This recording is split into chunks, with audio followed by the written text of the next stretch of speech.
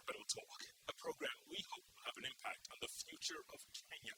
And now, more than ever, I'm Jeff Koinange. Now, all this week, as we were telling you, and we've been telling you, it's all about the women. Despite a little divine intervention when Reverend Dr. Timothy Njoya came on the show, but we're continuing with the women because, as we've been saying, they speak from the heart, they call it like they see it, and they come out, guns blazing. Like my guest today, she's not afraid to speak about anything, be it Waki, be it MP's allowances, be it the Grand Coalition, be it Obama. Oh yes, believe it or not, she claims she's a cousin. Who isn't? And she's going to the inauguration. That's right, she has been ambassador to the permanent representative to the International Council of Women and Habitat, based in Paris for 2 years. So she retains her ambassadorship. Let me waste no more time because she loves to talk, and I probably wouldn't have much time to ask too many questions because my guest today, none other than Ambassador Orie Rogo Manduli. Ambassador. Welcome back to the debate. Correct. Right now, before we get to our country, Ambassador, and I know you have some really, really strong thoughts about this. Obama, when you heard that announcement, when you saw that acceptance speech, you have to tell us. We need your point of view. First, I think that Hillary, much as I think she's a wonderful woman, what she's done and done is gone there because she was first lady at some point. And I disagree with that, Jeff. I disagree with people who go there because their husbands were there, or their brothers, or their cousins. I feel that any country is big enough to produce as a leader every time. I see no reason for recycling. I saw no reason for recycling in the US. They recycled with Bush, and look at the disaster. And now they are going to recycle with Hillary. I had my cousin, Barack, not coming. Now when I say cousin, yes, is that close. We are all from Siaya. Yes. We are all from Siaya. You understand? Mm-hmm. That game Ugenya, Alego, Siaya. We come from the same place, and this is our blood. And I know how strong our blood is. So I said, first of all, as far as I'm concerned, Hillary is disadvantaged because she's trying to be there because her husband was there. And secondly, she has got that rarified blood, that ultimate politician that comes from just that region, that ultimate politician to deal with. So I knew she didn't have a chance. Right, but let me ask you this, Ambassador. He's not your president. Let's face it. He's not your president. He may be your cousin, but he's American. He's not one of us. He will always be one of us. In his blood, the blood that courses his veins is Kenyan blood. And it is that blood that made it. It is that blood that made it in that exalted seat. It is that blood that helped him make it. And that blood you cannot, you can't drain it out. He is Kenyan first and American second. Always will be. You actually believe to that? The extent when something happens to him one day, in many years to come, in another 100 years, another 60 years, if he's no more, we bring his body right back to Kogelo. Mm-hmm. That is where we bury the body, in Siaya. Yes. You know our traditions. Indeed. You know how Luos are with, with the dead bodies. You will bring him back. It has to be brought. But that's why, next to his dad. Yes, it is only then that the spirits will lie in peace. The most amazing thing about this young man is he never disowned his father, despite his father running off and disowning the family, basically, and coming back and remarrying. He never disowned his father. But then again, that is the greatness of this man. That he could easily have disowned his father. He could easily have tried to be very American and pretend there was not a drop of Kenyan blood in him, and he'd have gotten away with it. He could even have used his mother's maiden name and just melted away, just disappeared in Americanism. The president-elect, Barack Obama. And you're Udalego, Kogelo. And, without me, there'll be no inauguration. None. That was my next point. You are going. And then also... You are going. How would I? What else would I be doing? And then you know very well that we have much to do. Also, we have a sister-in-law now who's the first lady, and we must do stuff, show her how to do that. I mean the African thing. Yes. Because we have an American president with African roots, and I think that the Americans are going to love this because they're going to have the African flavor They are going to have the black flavor. They are going to have a black woman as first lady, Yes. and she is all black. She is also like her husband, absolutely down to earth, Yes. absolutely unpretentious. Yes. They are a wonderful couple. Did you meet them when they were here in 2006? Yes, very briefly though, very briefly, because I was actually out of the country when they arrived, and they were leaving, I was arriving in. So I didn't have much time with them. Yeah. But we're gonna have more time because we do know that he's going to be very busy now. It'll be hard for him to visit as he could have done earlier. But there will be times when it will be important to bring that leadership and bring the blessing that the world has bestowed on him to his father's grave. Now that's the Lord thing, that he should bring the presidency and anchor it. Because you can imagine if his late father was alive, how he would have been so proud. Yes. But Jeff, talking of the late father, why do you talk about him having abandoned him? Don't you all Africans do just that? No. How many of you ever really stay there to see their children grow up? Apart from my late wonderful father and my my very, very wonderful And there are present others. brothers. And there are others. There are others, maybe like you. But a lot of these men, do they even know how their children grow up? So really, Obama didn't do, and in any case, realize he had to come home to build a career. He had to come home to help build Kenya. We don't know the circumstances, do we? No. We will never know. We don't know what them. We don't know. We don't know what. We don't know why the parting. We also don't even know why maybe the wonderful lady, the late Obama's mother, couldn't be here. We don't know. But for all I know is that he was proud of him. He loved him. You know, no men love their children wherever they are. You know, they never part with their children. Yeah. For him to part with his son must have been hard for him. And you saw he went back. He went back. He went back just to see him. And things were not easy for him. It was very hard. It was the extended family. There was a lot of responsibility for him. A lot was lying on him and a lot was riding on him. He had had the education they hadn't had. He had had the exposure the rest of the family hadn't had. So when he came back, they expected a lot out of him. And he gave. He gave as much as he could. Good. But the most important thing he gave the world That's Barack. was Barack. All right. And with Barack now, I mean, anything else, I mean, who's perfect? Tell me. Good. These perfect fathers, as I say, they don't exist in Africa.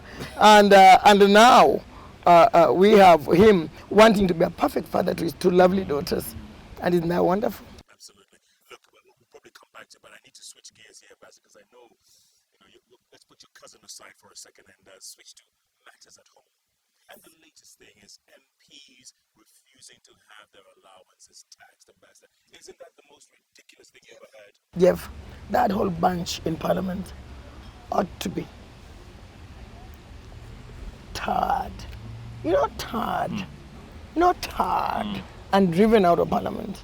They are the biggest shame to this nation. And especially at a time when, our son is shining out there, that they should show an example of absolute irresponsibility. Irresponsibility to the people who put them there. Some of them are not even put there, as you probably know. They actually rigged their way in there. And let me tell you, Jeff, with that one action, they have ruined their reputation. They have actually messed themselves forever. And I can assure you, come next elections, if we get to next elections, whenever that will be, history will repeat itself. A lot of them will be out of the running. A lot of them will be out of that house, of the August House. And it will have been their own fault. Ambassador, because a lot of them did sign. I know that I was with a lot of them signing agreements on how they will reduce their salaries the minute they get there. I saw them at all parts. They were signing how they will reduce their salaries, how they will be more caring about the populace, how they will try and live according to the standards of the ordinary Mananchi, who's really low down there. But look at them now. They don't want to pay tax. Yes. If you ask me, Jeff, I'm sure if they could find a way of increasing their emoluments quietly, without anybody finding out, they would. But I don't trust them. 800,000 shillings a month, the least of the worst paid MP is taking home 800. It's a lot of money, Jeff, in a country where where we have people taking home 2,000 shillings a month and they have families to look after. Well, we still have homes. IDPs. Yes. And Jeff, those IDPs we talked about, they're still there. they're still not talked about. I mean, they're still not cared about. And nobody's fault. Even the ones who have left the camps, nobody knows how they're managing. Nobody cares. You understand? Yeah. And I want to know, how could they, even if they could only say, let's pay taxes so that that money can go towards the upkeep of IDPs for the next 5 years or 4 years, we are here. That would have been something noble. But of course, we have opportunists. We don't have leaders in parliament. We have opportunists. People who are there for the raking. They want to rake it in as much as possible and as quickly as possible. Because they don't know how long. Yeah, they don't know how long they're going to last because they're no leaders. If you're a leader, you don't panic. You go there to lead. You don't go there to rake in. How many of them can work for 5.5 years, as I did for the National Council of, first of all for the National Council of Women of Kenya. Before I became ambassador, before I was appointed to UNEP and Habitat, I worked for the women of this country for nearly 5 years, free of charge, as the Secretary General of the National Council of Women of Kenya. But it's in fact, it is that earned me then the next step, next job. It's just plain greed, Ambassador. It is greed. And then for 5.5 years, I've worked at the NGO Council, as the chair, the national chair of the NGO Council, working so hard. You saw how hard I worked. You saw how hard I traveled here and I did this, all of it with my own money. I never got paid a penny. How many of them? And they call themselves leaders. These are grabbers. And they've shown us their grabbing nature. So let them grab on for whatever time it lasts. But let them know this is the last grabbing they do, because Kenyans are not foolish anymore. And they're not be taken for a ride anymore. And I'm shocked at one of them coming here and saying they could not persuade the rest to vote otherwise. I mean, give me a break. Today we have televised parliament. What I'd like to know is those who voted against. We want them by name, Jeff. Those who voted for taxation and those who voted against taxation. We want them in black and white.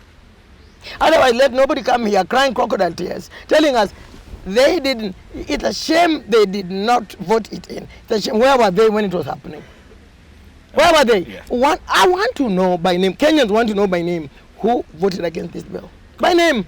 How many of them, after all? Only 120. We want 220. We want to know who voted against and who voted for. Ambassador, hold that thought because it's a hot topic. It's not going away.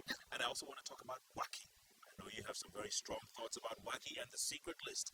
Let's take a break. My guest today, good grief, Ambassador Orie Rogo Manduli, cousin to President-elect Barack Obama.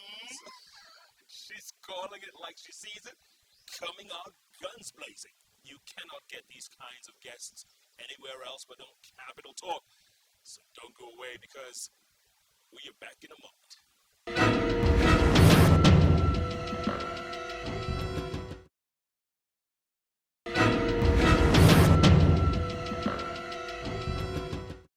Welcome back to Capital Talk.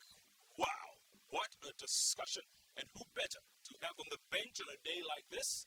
Ambassador Orie Rogo Manduli, cousin, she says, to one President-elect Barack Obama.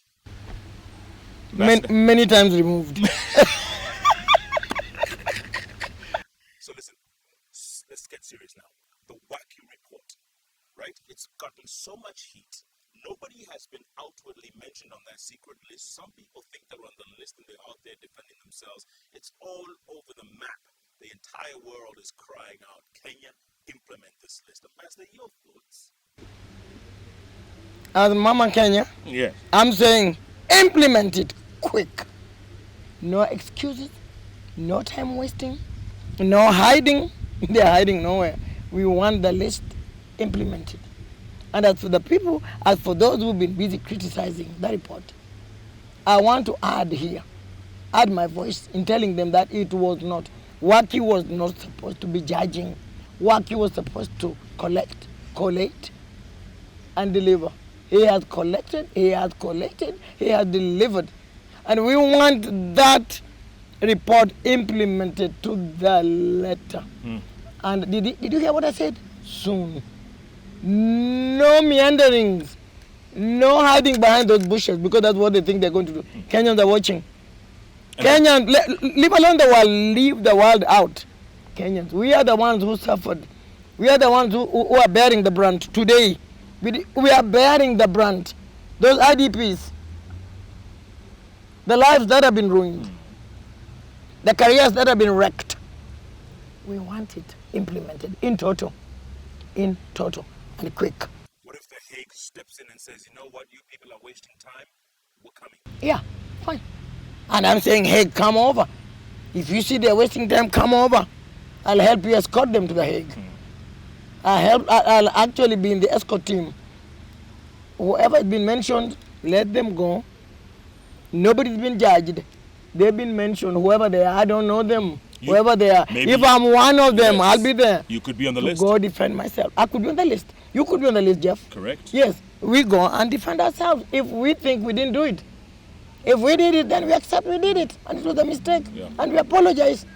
Apologize to the dead and the families of the dead.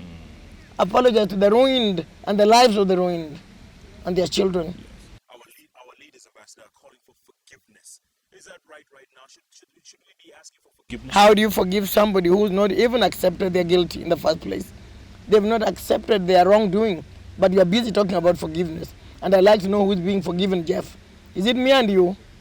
We like to know, even those to be forgiven, we want to know who they are. Kenyans are anxious to know. They are not going to hide away. This one is past hiding. And I'd like the head of state, as well as the prime minister, to hurry up and get this thing going. Just as I'm requesting them to also hurry up and get us a new constitution. I don't want to hear any more excuses, any more reasons for not getting a new constitution. We are past excuses. We are past that. But I must say, as for the head of state, I'd say he wanted to give us a constitution. More than 2 years ago, he was more than willing to give us one. But you Kenyans decided, or some of you decided it was not good enough. I supported that. I supported the offer. I supported the exercise of giving Kenyans a new dispensation. I worked hard. You saw me? Mm-hmm. I was absolutely banana. You were there. And I said that constitution was good for this country. Now, what they are now clamoring for, begging for, is something we shouldn't be talking about now. Should have been a done deal. Finished, over. Yeah. For how long are we going to talk about the Kenyan constitution? How much money are we going to spend doing it? And this is one... And how many opportunity? What's the opportunity cost? How much is it going to cost just to get a constitution? How much? And when we get it, is it going to put ugali on our tables? We spend too much time and energy on this thing which we should have had so long ago, which is ours by right. And I'm saying, can we move now and get it done? Waki's a genius. And you know something? It's going to be the same constitution we did. Yeah. It's just the same thing we did. I mean, the same thing, because I said no constitution is perfect. What was on offer then was good. If there was some bits and pieces that needed rectifying or needed altering, that is what a constitution is all about. It's a dynamic document. It is altered as per the need, as per the times. Bottom line, Ambassador, Waki is a genius, isn't he? Putting that list in a secret envelope and giving it to Kofi Annan, because he probably thought, if this thing goes to Parliament, forget about it. And by the way, and I hope Kofi actually spirited it away out of this country, so that it's not lying in the vaults at the UN. I hope he is keeping it somewhere safer than the UN vaults here in Nairobi. Because someone might break it. Yeah, and burn the whole complex. You know how crazy they get. They burned City Hall before. You could burn the whole UN complex just to destroy this document. I think we have a very intelligent man in Kofi Annan, and I'm sure that document is kept somewhere safer than all of us can get to destroy. Yeah. So can we move on with this document? Can we move on with the implementation? Can we give Kenyans a new constitution? Yes. Ambassador, and I know you've had your sights on the top seat for a long, long time. The other day I interviewed the member of Parliament for Oshogo, Minister for Justice, National Cohesion, Constitutional Affairs, Martha Karua, of course, you know her. My friend, my sister. There you go. And she's still adamant about declaring her intentions for 2012, and she stands a good chance, looking at the field. And good for her. Good for her. And I mean, we are, Martha Karua and Ambassador Orie Rogo Manduli are the only two women in this country who can wear those boots and walk. It's just the two of us. The rest may want, may wish, but you know very well that if all beggars will be riding if wishes were horses. But the ones who can take the heat, yes, the heat, you and that goes with that job. Presently living, there are only two living women who can take the heat and who can take the pressure and who can, sit there and not wilt and that is Martha Karua and Orie Rogo Manduli. It's just the two of us. Do you think you can do it? Are you going to do it in 2012? I'm thinking at the moment that is a bit early, with the IDPs out there with so much hunger. Right now, as the patron of Etegoa, I'm running all over the countryside. I'm all over in every corner, every nook and corner of Kenya, trying to bring succor, trying to rectify this big divide, this great economic divide between the haves and the have-nots. The have-nots, Jeff, are so lacking in anything meager. They have nothing. They have nothing, and they have no hope. All I'm trying to do is go around, give them a bit of hope, put in on their plates whatever little I can, put on their heads whatever I think can make them better their lives. And I'm doing that right across the nation, from one corner of Kenya to another, as patron of Etegoa International. And this is an evangelical body that is actually for the poor and for the disowned and for the forgotten. Yeah. Now, that takes a lot of my time. Sure. And I think, really, if you ask me right now to start campaigning for the big house, it can only cause a burnout. And I have no intention of getting burnt out. So let's do everything. Everybody has their time. Everybody has their. My sister has her ideas, and I respect them. She thinks she should start now, and she has started. But some of us are going to start later, and catch up with her. But while we're doing what we're doing it well. We're doing it very well, caring for the have-nots, caring for the forgotten. It is very satisfying, Jeff. Let me ask you this, Ambassador. Is it time a woman took over that top seat? Is it long overdue? Oh, yes. And, Jeff, we tried them all. They're all the same. They come in different suits. Some are gray, some are black, some are maroon. So they call them parties. You know what I mean, political parties. But inside, they are all the same. Grabbers, hungry grabbers. Give them an opportunity, one little opportunity, and they're busy feathering their nests. They are busy giving their relatives jobs. They are busy pampering their friends and cronies. They don't think about the country. The country doesn't matter. It's just them, their immediate families and their friends and cronies in the background. And of course, their sycophants. But let me tell you, a woman will want this country to run well. Look at Liberia. For a long time, what did we have in Liberia? Did we have different men trying it? Did we have different men doing it? Did they get anywhere? It was all violence, all corruption, all bloodletting, all misery, till Mama came in. And that is really indeed Mama Africa. She is. And that alone should tell Kenya that their only hope is in a woman coming in. And that we are offering, the two of us, that is Martha and I, we are offering to do the job. I think they should be grateful that it is not an easy job. And neither are we coming to it thinking it's easy. It is not even a happy job. Because we are coming in as mothers. I'm coming in as a mother. I talk for myself. I'm coming in as a mother. And as a mother, I see a need. I see a suffering. I see an opportunity to make a difference. And I like to make that. As a mother, I care. I care too deeply to spend any time grabbing when I get there. I care too deeply to spend any time looking after my cronies and my immediate family. Because I am a mother. A mother is big. I'm a mother of Kenya. I'll come in as Mama Kenya. How do you then stop worrying about other kids while you are only looking at the little circle around you? But men, any man at all, I'm sorry for you, Jeff, any man at all, that's how they are. A lot of them will even only care for the children they've fathered, so long as the mother of the child is with them. The minute the mother of the child is not there, the child doesn't matter. That's how they are. You can't blame. I think they are made to be like that. I mean, they can walk away from their eggs, like the snake. They crawl away. I totally disagree, and I speak for a lot of men. But I know. You totally disagree, and it shouldn't be so. Here's my point. Can you imagine President Orie Rogo Manduli and President Barack Obama? I mean, that's unfathomable. You cannot imagine that. You and your cousin. But it is within the realms of possibility. And wouldn't that be absolutely, wouldn't it be, who gave Obama a chance in the US? Who? Even up to the last night, I know here in Kenya, I know of journalists, and I know of people who are busy talking of them.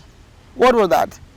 Something syndrome? What syndrome were they? The Bradley. The Bradley syndrome? Yes. They were busy talking about the Bradley syndrome and hoping it takes right here, our black journalists here in Kenya, brothers of Obama and cousins of Obama, Kenyans. We are all related to him by blood.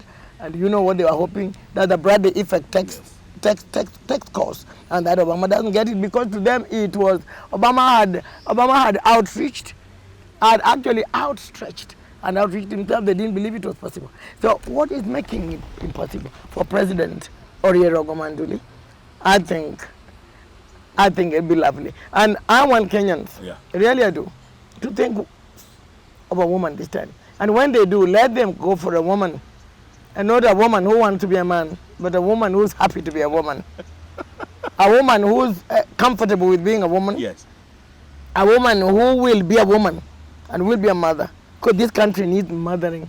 It is bleeding. It needs mothering. It needs tenderness. It needs what only an African woman can offer. And you're and there. these are all engulfing care. And you're there. I am that. I was born to be that. I enjoy being that. I enjoy being a mother. I love being a mother. It's the biggest honor that God gave me to be a mother. And I've grabbed that opportunity and enjoyed every moment of it. And I think it has to start at home. You must be a mother in a smaller scale before you can apply to be a mother at a bigger scale.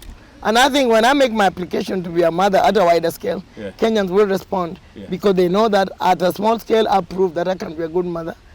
Keep dreaming, and I mean that in the best way. Keep dreaming for the top. But who, Jeff? If a world without dreaming, a world without dreams, is a world dead. Thank you. Orie Rogo Manduli, ambassador. Now she wants to be president. She says she can be. She's speaking from the heart, coming out guns blazing. Look at that. The women, we told you, do speak from the heart. And you cannot get these kinds of guests anywhere else.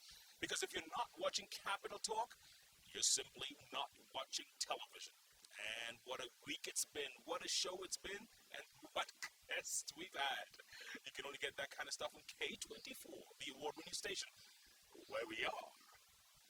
All Kenya. All the time.